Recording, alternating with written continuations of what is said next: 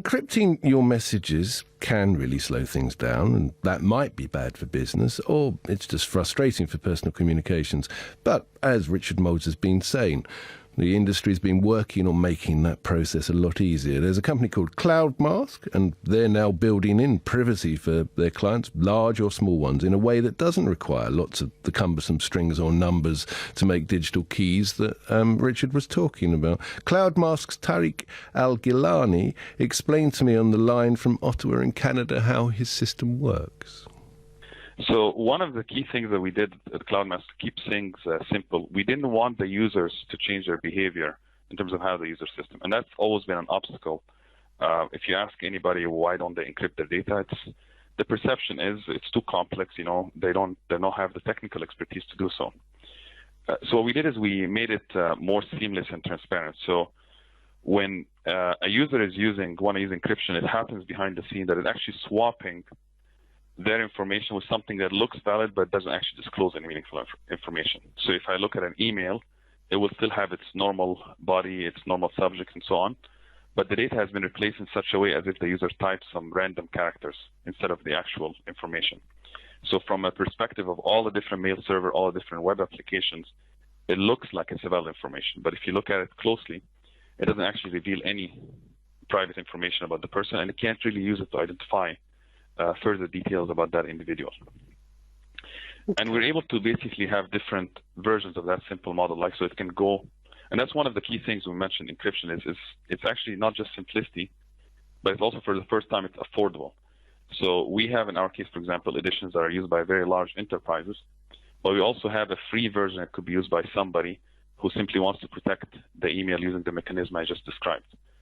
So that availability of this type of technologies makes it more likely that people will take charge of that, controlling their own privacy. Now, just one final question. Obviously, there's a growth in the use of encryption, and as you say, you're making it easier for people to use encryption.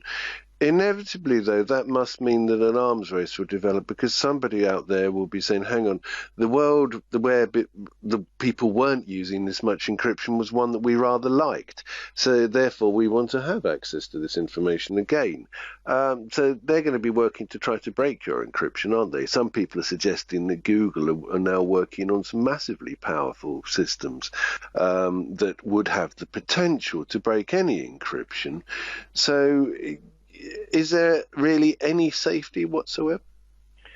So there's nothing. There's always going to be a risk in anything, correct? But our approach that we took is we said, what is the best practice today that the government itself and large banks and so on are using to protect their own data?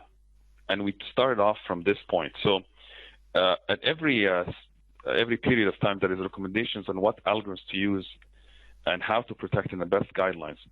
So we always are following these guidelines, and we actually have certifications, independent certifications to be used by the government for that purpose. So we didn't, by making it simple, we didn't actually compromise on how strong the security is. Now, it's a constant race, as you said. So that's why our model is, as these guidelines change, we're always following the latest and the best security techniques and guidelines to be able to do so.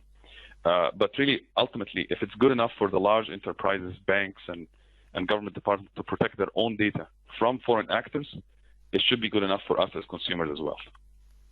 Well, that was Tarek El-Gillani of CloudMask talking about this incredibly complex world of encryption that unfortunately is a complex world that we need to enter into once we enter into the complex world of technology and the web. And if you'd like to find out more about surveillance and privacy, there's a private party hosted by F-Secure in West London next Tuesday evening, including screening of Citizen 4, the documentary about National Security Agency whistleblower Edward Snowden. It's at the ILEC Conference Centre in Lily Road from 5:30. And also, if you want to know about what the various political parties are saying about encryption, then go to our website, Future Intelligence, where we've got an analysis of it.